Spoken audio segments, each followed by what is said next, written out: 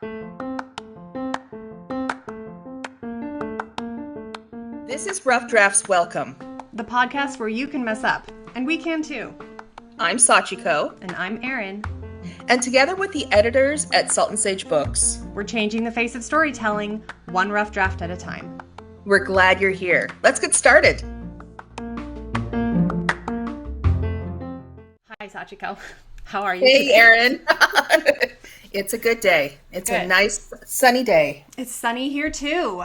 Here too. Okay, so for our very first episode, I know part of what we wanted to talk about, we're going to talk about names and why naming your characters is so important and why names matter and all of that. But before we dive into all of that, we wanted to introduce all of you listeners and viewers to who we both are, what Salt and Sage Books is, basically what you can expect out of the podcast. So do you want to go first, Sach? Yeah, so we named this podcast Rough Drafts Welcome because we want to lower the barrier that a lot of people seem to feel towards getting feedback on diversity and inclusion and representation. It can become a really scary subject, but it doesn't have to be. It can be really fun and welcoming and a great way for us to support each other as storytellers. For sure. So much of what we've noticed as like through the administrative end of Salt and Sage Books is that a lot of the people who they want a sensitivity read, they want to have editors of color working through their manuscripts. Like they understand how important it is to include good representation, but then also to have a variety of people looking at their manuscript throughout the process, or not just manuscripts, of like their games, their video games, their comic books, their graphic novels, their podcasts, a variety of things. They understand that that's important, and they really do. They feel like it's important. But the first barrier that people seem to bump up against is that they feel really afraid. So our first goal is always to we want you to know more about Salt and Sage because we think it's awesome. We also really like each other. We like talking and we have such good conversations. So I'm happy that we're recording them because I love being able to go back and reread the stuff that we've talked about. I feel like I learn stuff every time. So I'm excited to have that in an audio format. But the other end of it is that we really want to help just creatives of all stripes. I mean, specifically authors is who we're going to be talking to the most, but just to help, just like you were saying, I guess, to lower the threshold of entry, to explain why, we get why you're afraid, and we'll talk more about the reasons behind that, I'm sure, but we think that you don't need to be afraid necessarily. And so we're hoping to make it just feel more you can do it. It's okay to come in with something that's very much a rough draft. You don't have to have it perfect in order to come and get help from a sensitivity reader or from an editor. Right. And if you want to feel afraid, you sure can. We will sit with you and be your friend. Mm-hmm. You can be a rough draft of a person. We sure are. We're always learning and changing and improving. And this podcast, we intentionally started this podcast a little rough. We want you to know that you can arrive unpolished and we can still have a great time learning together. Yes, and that's important to note for the podcast too. So much of when we were talking about the concept of it and what we wanted to do, this idea of being able to show up imperfectly and to have that be good enough. That is the best place to start, is right where you are. That we're actually not going to do hardly any editing on this, unless a child comes in screaming, which I suppose is an option for both of us. We both have kids. But unless something like that happens, we're not going to edit this podcast very much. What you're hearing is us processing things in real time and us really trying to just basically kind of let you sit in with us as we try to figure out what's the best way to approach things. How do we make this more accessible? How do we address our own internalized racism and our own internalized ableism and things along those lines? We're going to have, I'm excited. We're going to have a lot of really good conversations. We sure are. So I think maybe let's say a little bit who we are. So okay. I'm Erin. My name's Erin Olds. I am the CEO of Salt and Sage Books. I founded it. Sachiko was my brain the entire time that was happening. So I feel like we founded it, even though I know that technically, if you look at the legal documents, it says Erin, and I'm and Sachiko on that. Because, I mean, really though, you were my sounding board through the entire process. Okay, what else do you need to know about me? I live in the Seattle area. I have 2 kids. I homeschool. We unschool is our personal flavor of homeschooling. And we're not super on the far end of that, but we're kind of in the middle. And let's see, I am married, I am queer, I am a Taurus, and in human design I'm a manifester. And I think, I'm an author. I should probably talk about that. I'm also an author. I have a pen name that I will probably never tell you the name of, that I publish. What do I publish? You've read Secret them. nom de plume. Secret, my private nom de plume.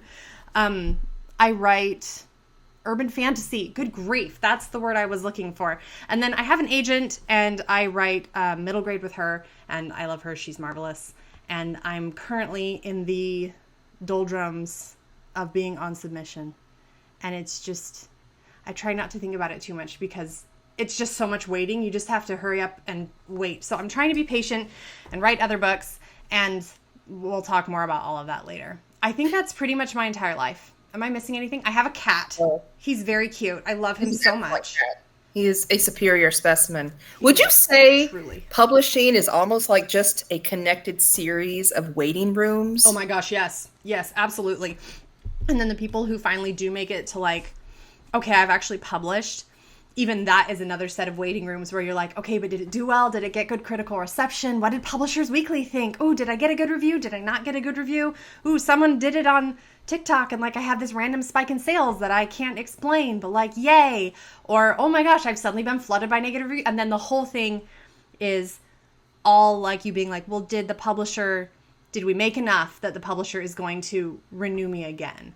Uh-huh. It's all like, hurry up and wait, write the book super quickly. You have to learn to query quickly, and then you have to have like all this tenacity and grit to get to the point where you actually have an agent.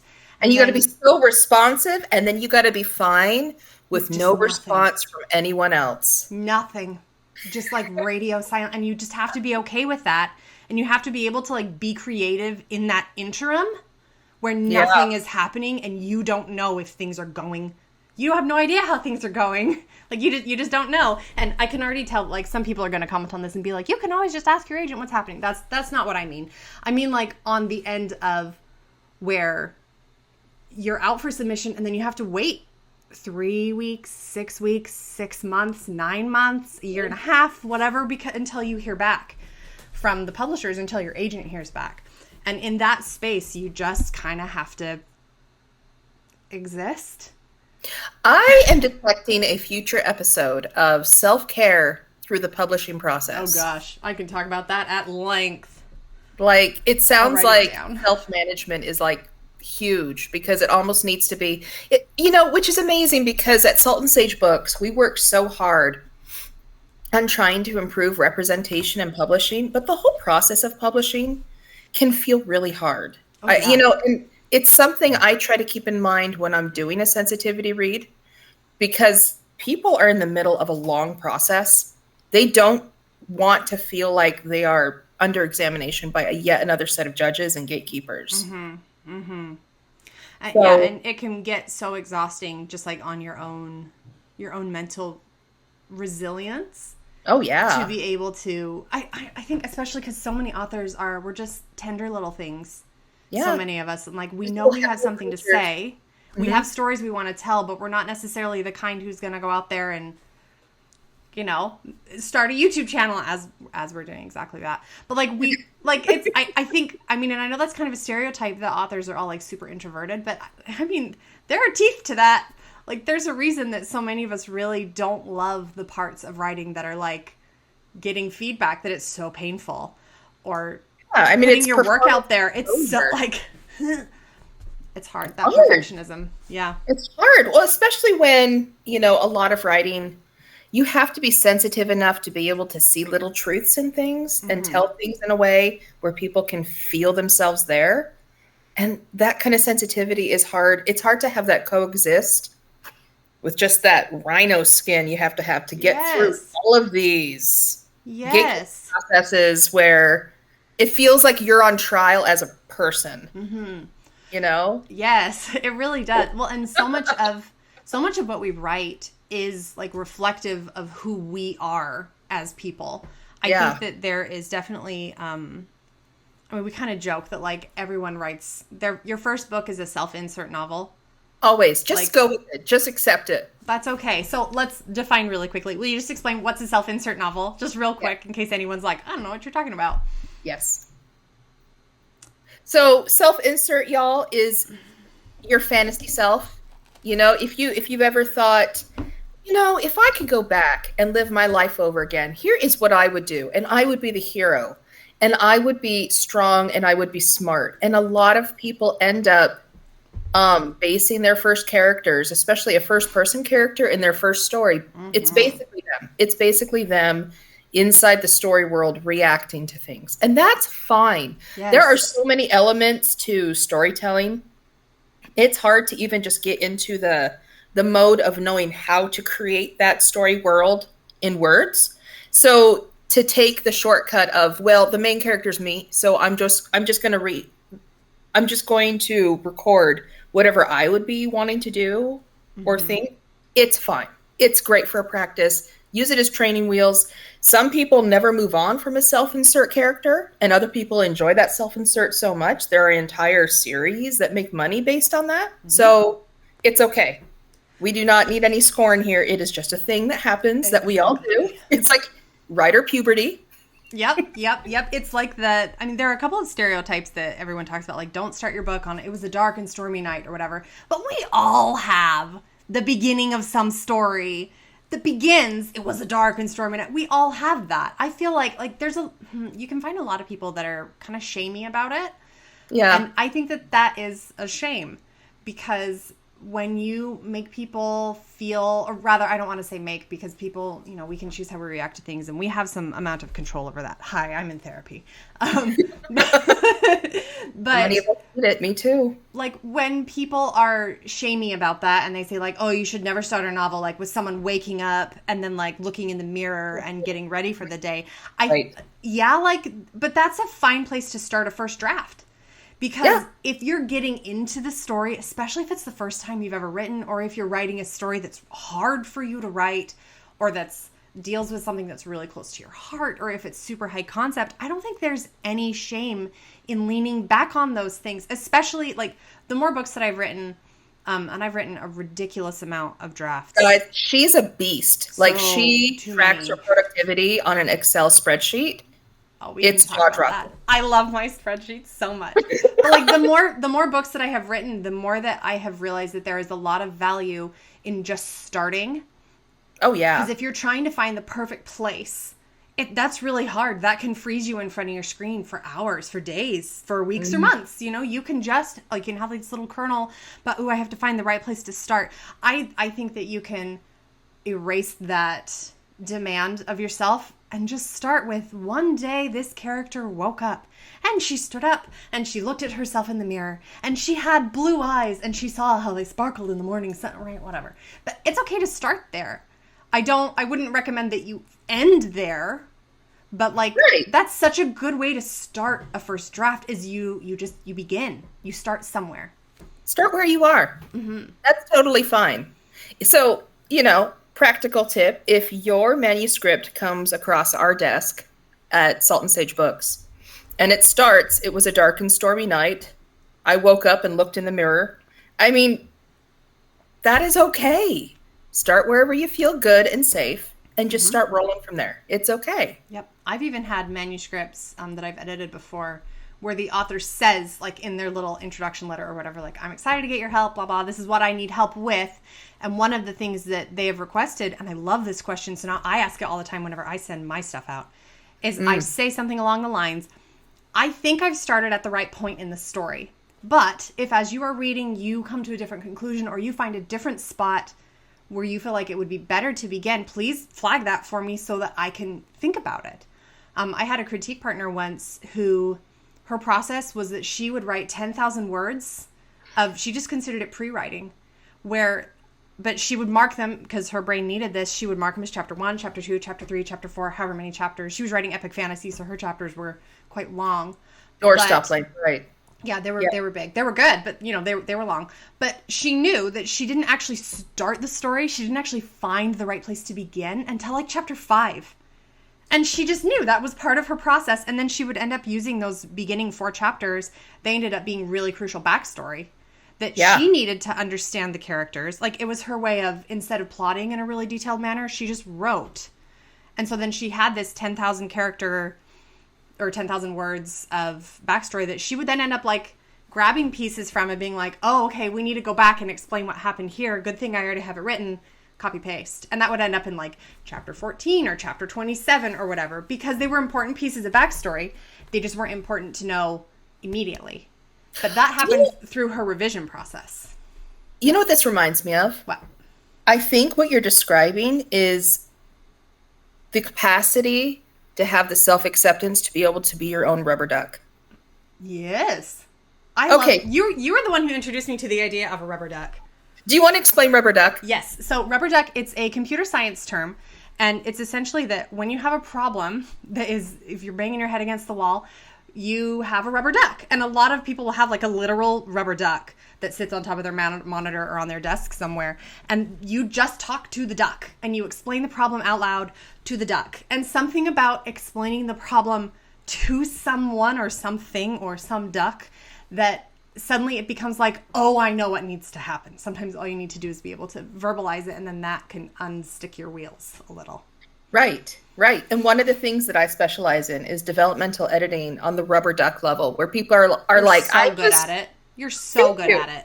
You are very kind. I have loved doing this with you and with and the other people that we've worked with. Basically, you need to be somebody who is receptive and kind so that people can think out loud fully, because our brains are pretty amazing if we can just let them run. I think what we end up doing is we stop them from running all the time. Yes. So I think as I've tried to rubber duck for other people, I've noticed that I do a lot better in my own writing and my own creating. I mean, even aside from writing, anything creative, like I quilt. You do. Yeah, you do. Yes, when I make you a quilt, you can know that I will cut and stab for you thousands of times. Yes. So if we have the capacity to be able to just let ourselves be silly or dumb or cliche, we have the ability to create so much more to work with. And it's really just about kindness and acceptance, I think. Yes. This is also why I preach the gospel of never deleting your stuff. Oh, yeah. I use Scrivener, which, we can talk about that at length if y'all are interested in Scrivener. But one of the things that I really, really love about Scrivener is that if I delete sections, Scrivener saves them.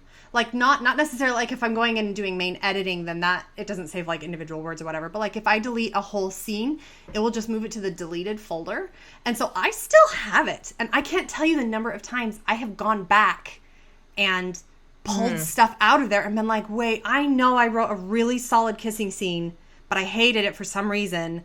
But now I need that kissing scene. Where did it go? And then I can go and I can dig through this is a very specific example because it very specifically happened.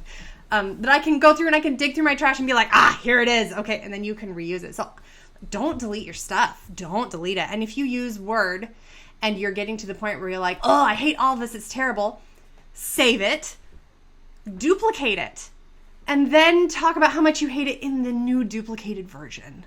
Like, save your old words because you don't know. You just don't know how important they might eventually be. And what I have heard when we've been, because Erin and I are part of the same writing community that we've been a part of for years. Mm-hmm. And what I see in people, especially with people who are just starting out, they have that, there's an unevenness, there's an asymmetry between what they recognize as good and what they're able to produce. Oh, yes, the talent gap. Yes. Yeah, your talent and taste gap. Your taste is up here and your talent is down here. There's a really good quote by Ira Glass that we'll have to include in the show notes. I'll find it. That. Yeah, but a lot of people get really frustrated with that, and sometimes it even verges on self-loathing or goes straight through self-loathing if you're an overachiever like me. Like, I am a recovering perfectionist. Sometimes, y'all, I get upset that I'm not recovering from perfectionism just right. So that is something that just continues to eat its tail forever. Yeah. Anyway, so it is the Ouroboros of all creatives. No. if it's both of ours, it's our Boros. Anyway, I have the quote if you want it. Yes. Okay. Yes. So it's Ira Glass who All hail. Nobody tells this to people who are beginners. I wish someone told me. All of us who do creative work, we get into it because we have good taste. But there is this gap. For the first couple years you make stuff, it's just not that good. It's trying to be good. It has potential, but it's not. But your taste, the thing that got you into the game, is still killer. And your taste is why your work disappoints you. A lot of people never get past this phase. They quit. Most people I know who do interesting creative work went through years of this. We know our work doesn't have the special thing we want it to have. We all go through this. And if you're just starting out, or you are still in this phase, you got to know it's normal. And the most important thing you can do is a lot of work. Put yourself on a deadline so that every week you will finish one story. And remember, he's talking about like radio producing. I'm not saying out here to go write a 10,000 word novel in a week, although if you can, we're so impressed. Yeah. Put yourself on a deadline. Every week you'll finish a story. It's only by going through a volume of work that you will close that gap, and your work will be as good as your ambition. And I took longer to figure out how to do this than anyone I've ever met. It's gonna take a while. It's normal to take a while. You've just got to fight your way through. So basically, we just got to be able to be really good at sitting with our own stinky writing, y'all. It's okay. It is okay. You know what? Beginners are welcome here. Yeah. We're all beginners. And this is true. This is true for the things that we're unpacking as part of diversity and representation and sensitivity reading too. There's always a gap. There's a gap in knowledge. Always. That's why we hire sensitivity readers. Always. It's always a gap. Be judged. It's just so you can have the next step in knowing where to go next. Mm-hmm. And okay, it's great to be looking for the next step that you can take, the next best way to get through. Yep. All of us. Because I think otherwise we all know the stereotype of like the person who has written the same novel for like 15 years, right? Oh, yes. And they just keep writing and rewriting it and rewriting it. And there's a variety of advice out there, but most of it basically boils down to, okay, you need to put it down and write something else. And I think that it's the same idea that at a certain point you have to stop beating yourself up with the same stick. You have to say, I tried that and now I'm going to try again, but on a different thing. Like if we went through my backlog, all of my trunk novels, I could tell you what I learned from writing each and every one of those. And one of the most important things and why I'm so adamant about tracking my writing and having all of my graphs and spreadsheets and everything is that I understand my process as a writer so much better. And because I understand my own process, if I get to the point, like I know, for example, when I do NaNoWriMo, I get to day 14, I hate everything. I hate everyone. I hate every single character I've created. I hate my plot. I hate the love interest. I hate it all. It is the worst thing I've ever written. It should just go in the shredder. I despise it. And I know that lasts day 14, 15, 16. Sometimes it bleeds into day 17. But then by the time I get to like day 20 and I'm rereading what I've written, I can't tell where my day 14, 15, I can't tell where that was.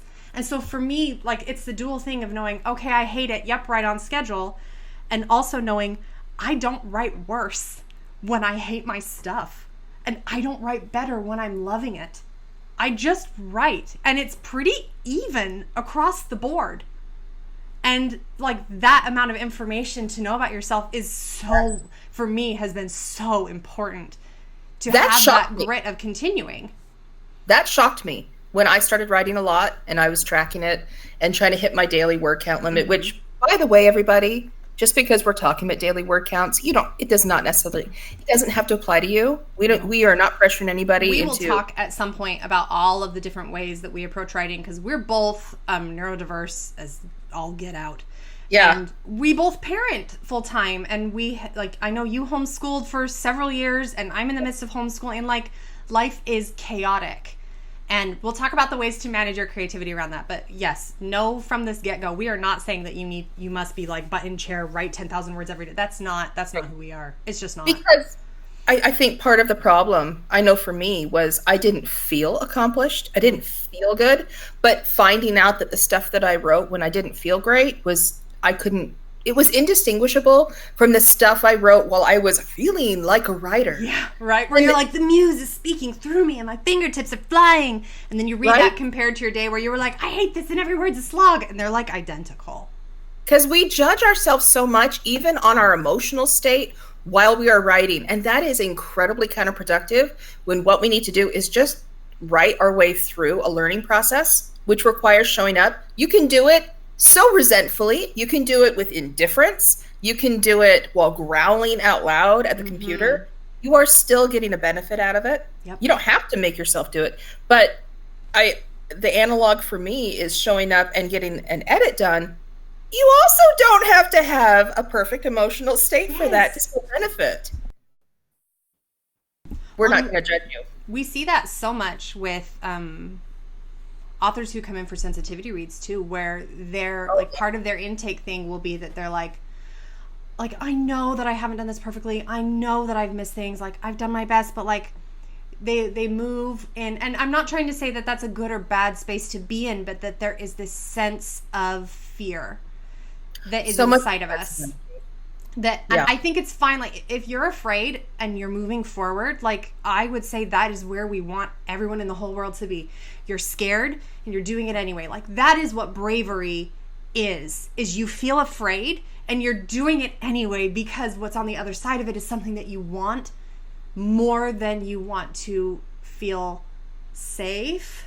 Right. Unafraid. But also, I don't want to necessarily equate safe and afraid on the opposite spectrum, but like you don't have to be over here like, I did an incredible job and look at me go and in order to then get a sensitivity read. Like, it's okay to sit here and be like, I'm terrified that I have messed this up, but I know that my next step, and I know that that's important, and so I'm going to do it even though I'm scared. And we also don't want you to be that. We're not trying to make you scared. No, not at all. You're not to be scared, but it is not something that we are trying to create in you. So if you have heard things about, oh man, sensitivity readers, they're gatekeepers, they're censors, they can stop me from being published, all untrue. The truth is that sensitivity readers tend to be writers like you, creators like you. They want your work to succeed. Yep. We want your work to succeed. You know what? I think that we should do a podcast on just myths and truths about sensitivity reading. Yes, ma'am. I've got it written down. We can just redo our sensitivity reading 101 presentation. Yeah. Hey, that sounds... if you want to skip the queue and not wait for that, we have it on Teachable. You can just go to courses.saltandsagebooks.com. It's there. I'm just saying. We have talked about that. We'll come back to it on the podcast. I think that's a good one. Yes. But yeah, you can jump the queue and time travel and just see what we've already said about it. Oh, speaking of neurospicy, I remembered a point I was going to make about deleting work. Oh, yeah. Because people, when we have not written what we want to write, I have seen this happen so many times where somebody says, I'm so mad that this whole chapter that I just invest myself in isn't working. And people delete with extreme prejudice. It's like they're punishing the book. It makes me so sad. They're spanking their narrative. How dare you mess up? You don't even, if you're in the first draft, you don't even know yet which direction is messing up. You have no, none of us know how much treasure's in the garbage in a rough draft. Yep. Like, only time will tell. Even if you have plotted meticulously, you'll probably still hit that point where you just can't. Like, I have a friend who, in her writing, I mean, the way that she writes is like, when I read her outlines, like, it's a whole book already. And I'm like, wow, this is, and then she is able to just like, okay, I wrote this scene and da-da-da-da. But then halfway through, she still hits this point where she's like, Erin, it's just not working. It's just not working. Like, I have it all planned, but like, it's just not working correctly. And every time we have to have this like, sit down, take a deep breath moment where I'm like, and that's okay. And like, please don't delete the 60,000 words you've already written. Please don't do that. It's still helpful. It's still helpful, but just embrace that sometimes we put a little too much into the illusion of control. Oh yeah.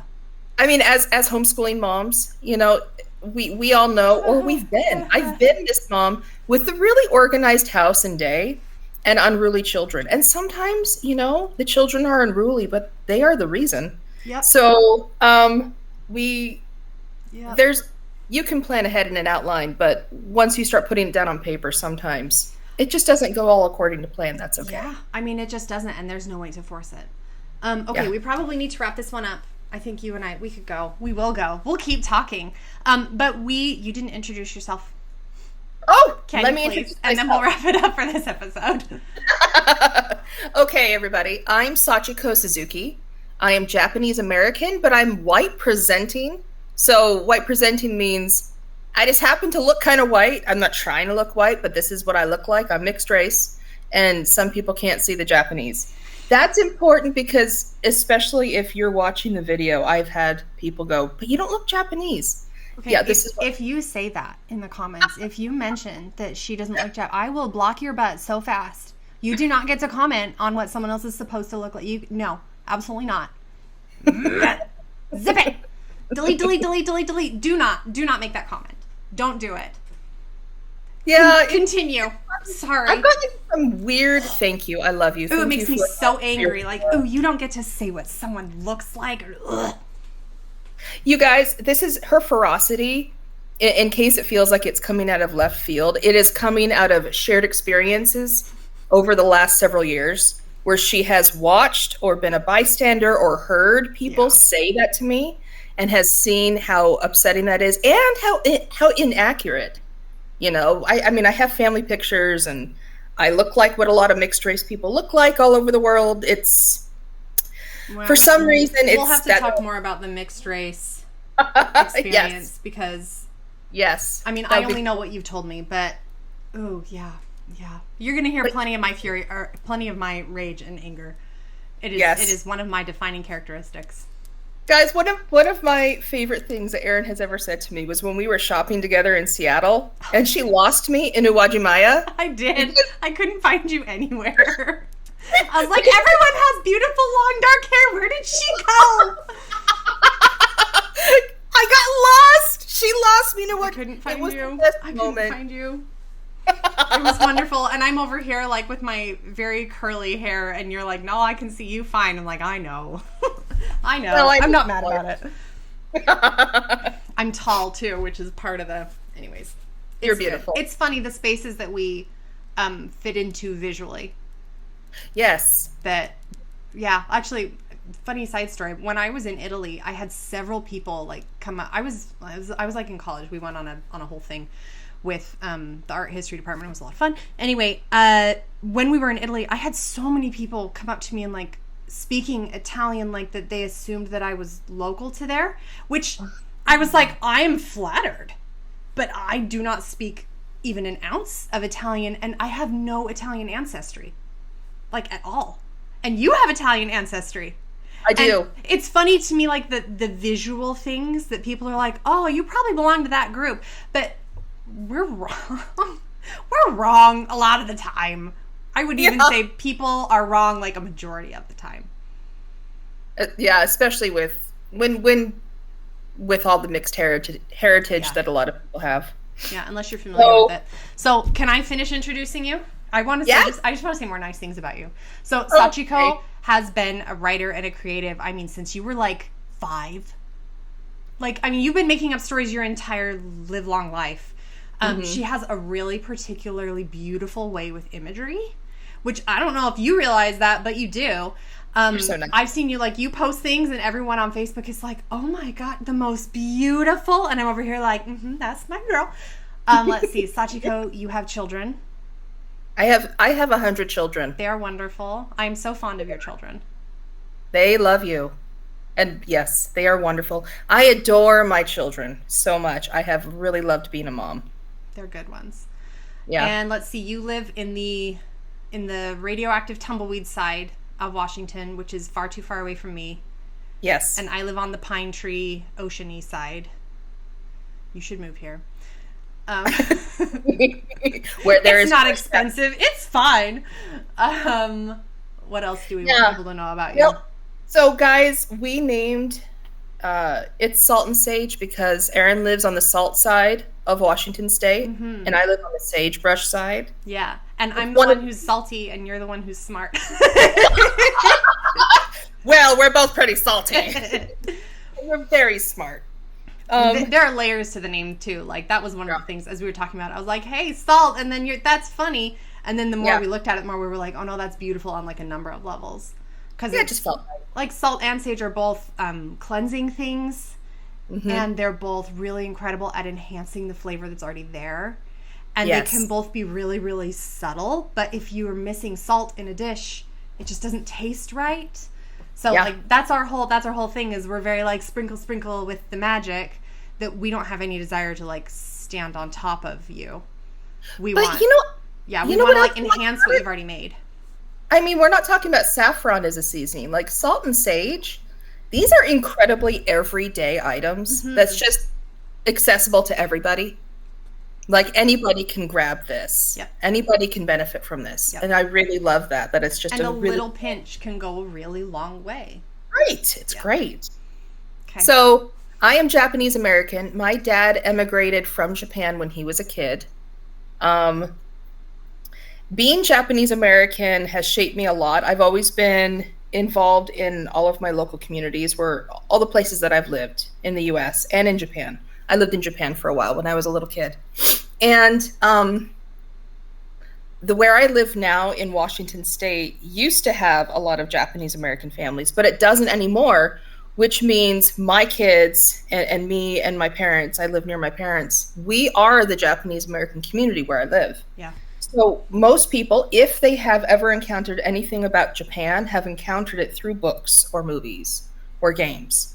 So representation is huge because it has directly affected how my children are treated at school and by regular people in medical settings, professional settings, everyday life, just shopping. We are constantly getting comments and we are constantly getting feedback. And the better the representation has gotten, the better their treatment has been. So this really, like, it's a real everyday thing to have good representation. Yeah. This matters to real people all the time. Yep. It's not just a thing that you do to feel like you've ticked off, or like tick like a check mark. That you've checked off some sort of like social justice requirement within yourself. Like It has real live impacts on real live people. Yeah. I think we divorce those two things at our peril, honestly, to think that what we write doesn't impact real people. It does. Yeah, and that's the whole point.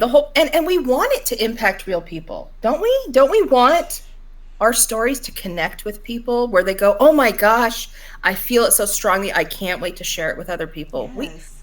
As a storyteller, I love that. That makes me feel like I created something beautiful. Yeah, like that's the whole point. That's the whole meaning-making journey. For me, anyway, that's what it is. It's making meaning. Right. Yeah. Yep. This has been Rough Drafts Welcome. Thank you so much for listening. Got any questions? We would love to hear them. Got a complaint? We'll hear it too. Yep. Leave us a 5-star review. Pretty please, and thank you. And if you want to book with Salt and Sage Books or learn anything else about what we do, or if you want to work with us or take our courses or blah, blah, blah, blah, you can find us at www.saltandsagebooks.com, and we're all over social media too. We sure are. And we'll see you next time.